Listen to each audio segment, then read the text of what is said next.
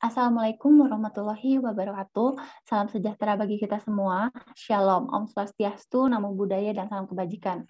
Selamat pagi, siang, dan malam kepada yang terhormat Ibu Eka, sebagai dosen pengampu biopsikologi dan teman-teman semua. Sebelumnya, izinkan memperkenalkan diri, saya Cynthia Putri Wijaya dengan 3 digit NIM terakhir 050 dari kelompok 3 kelas 2B yang di sini akan menjadi moderator presentasi kali ini. Saya tidak sendiri, saya bersama teman-teman saya, yaitu yang pertama Cynthia Widikusuma dengan NIM akhir 046, lalu ada Cynthia Putri Wijaya dengan saya sendiri dengan NIM akhir 050, lalu ada Nanum sama Zain Hanifah dengan NIM akhir 058, lalu ada Aura Aziza Nurhaliza dengan NIM akhir 067, dan ada Kanza Khairunisa dengan NIM akhir 070. Berikut ada pembahasan yang akan dibahas oleh kelompok saya. Yang pertama, definisi, yang kedua, ciri-ciri dan penyebab bipolar disorder, yang ketiga, gejala yang muncul dari bipolar disorder, yang keempat, ada faktor dari bipolar disorder, yang kelima, ada treatment.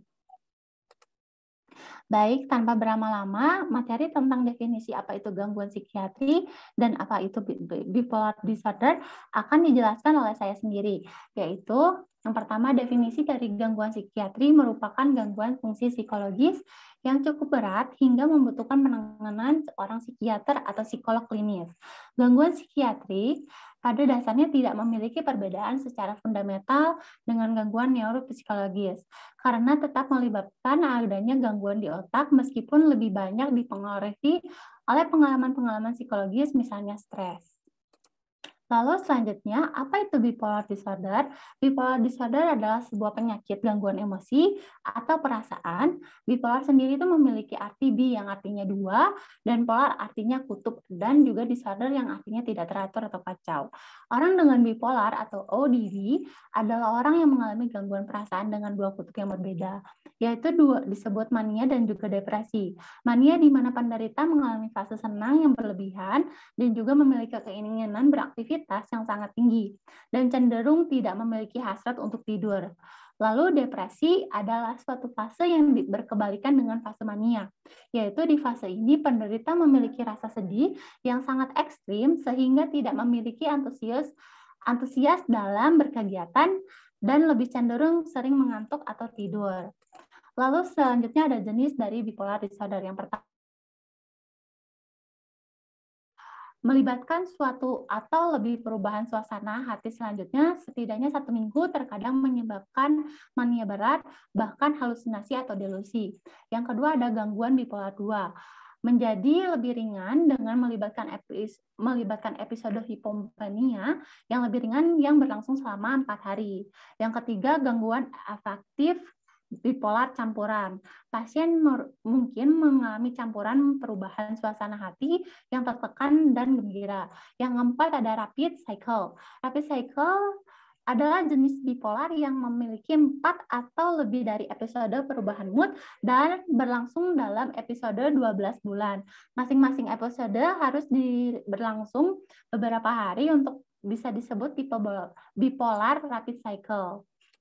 Selanjutnya ada ciri-ciri dan penyebab dari bipolar disorder yang akan dijelaskan oleh Aura. Kepada Aura dipersilakan.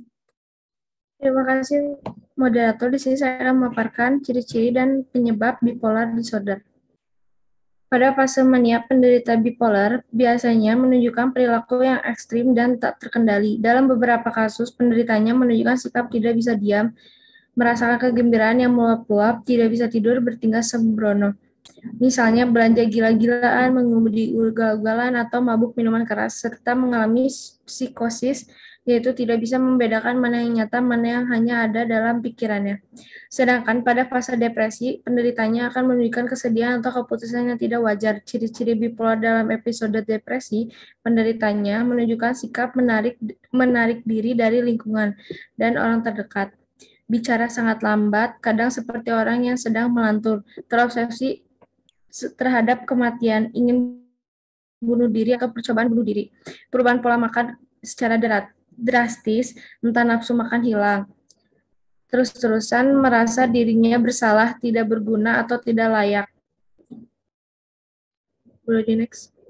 Penyebab bipolar disorder. Pertama, faktor genetik memiliki pengaruh yang lebih besar terhadap perilaku bipolar daripada perilaku depresi. Individu yang memiliki kembar identik dengan gangguan bipolar memiliki 70% kemungkinan untuk menderita gangguan yang sama.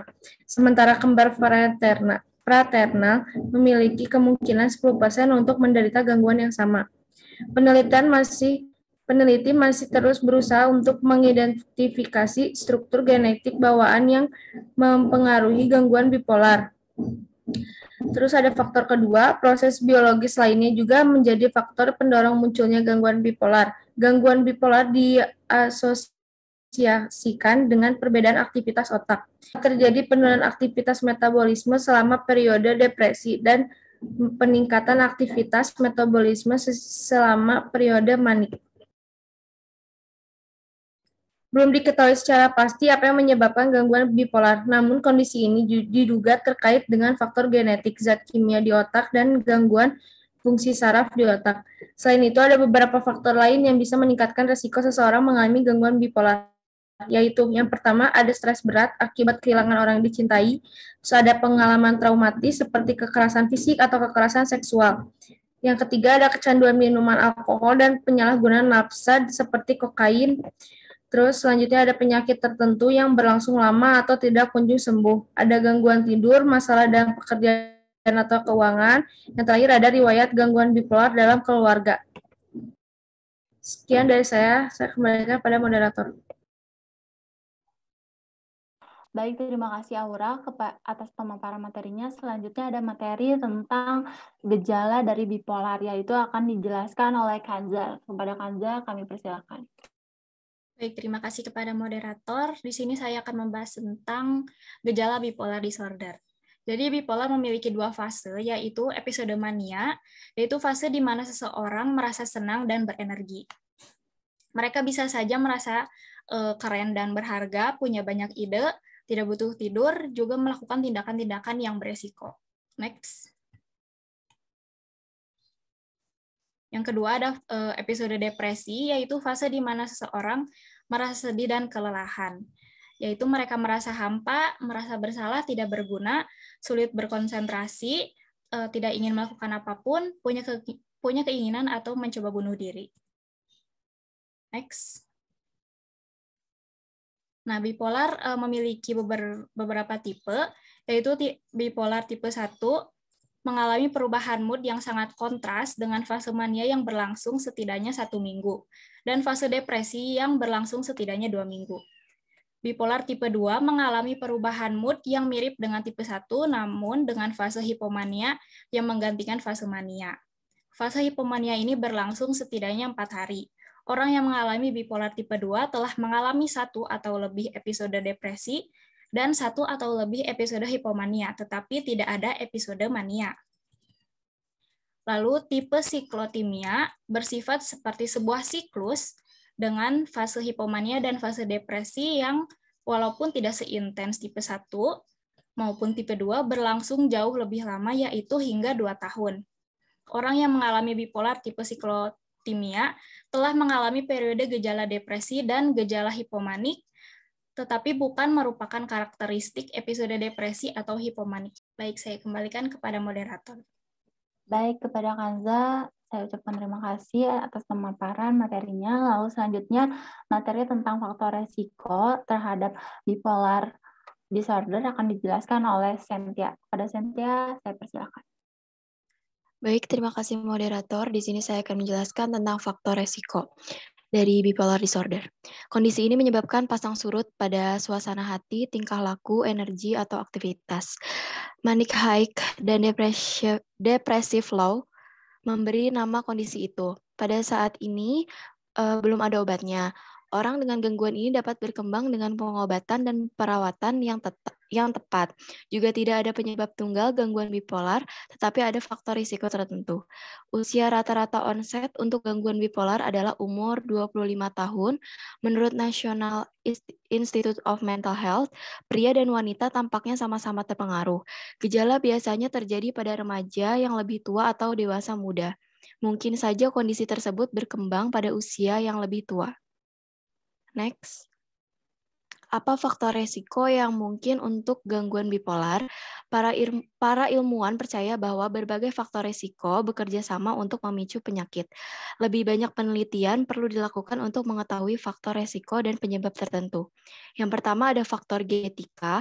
Gangguan bipolar cenderung diturunkan dalam keluarga. Anak-anak dengan orang tua atau saudara kandung dengan gangguan tersebut memiliki peluang lebih tinggi untuk mengembangkannya daripada mereka yang tidak memiliki anggota keluarga yang terpengaruh.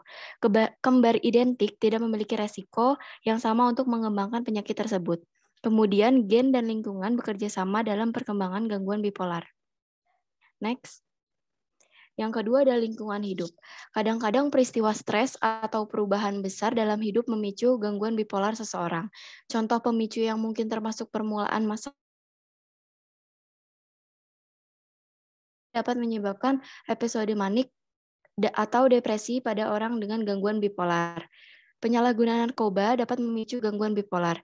Diperkirakan 60% orang dengan gangguan bipolar tergantung pada obat-obatan atau alkohol.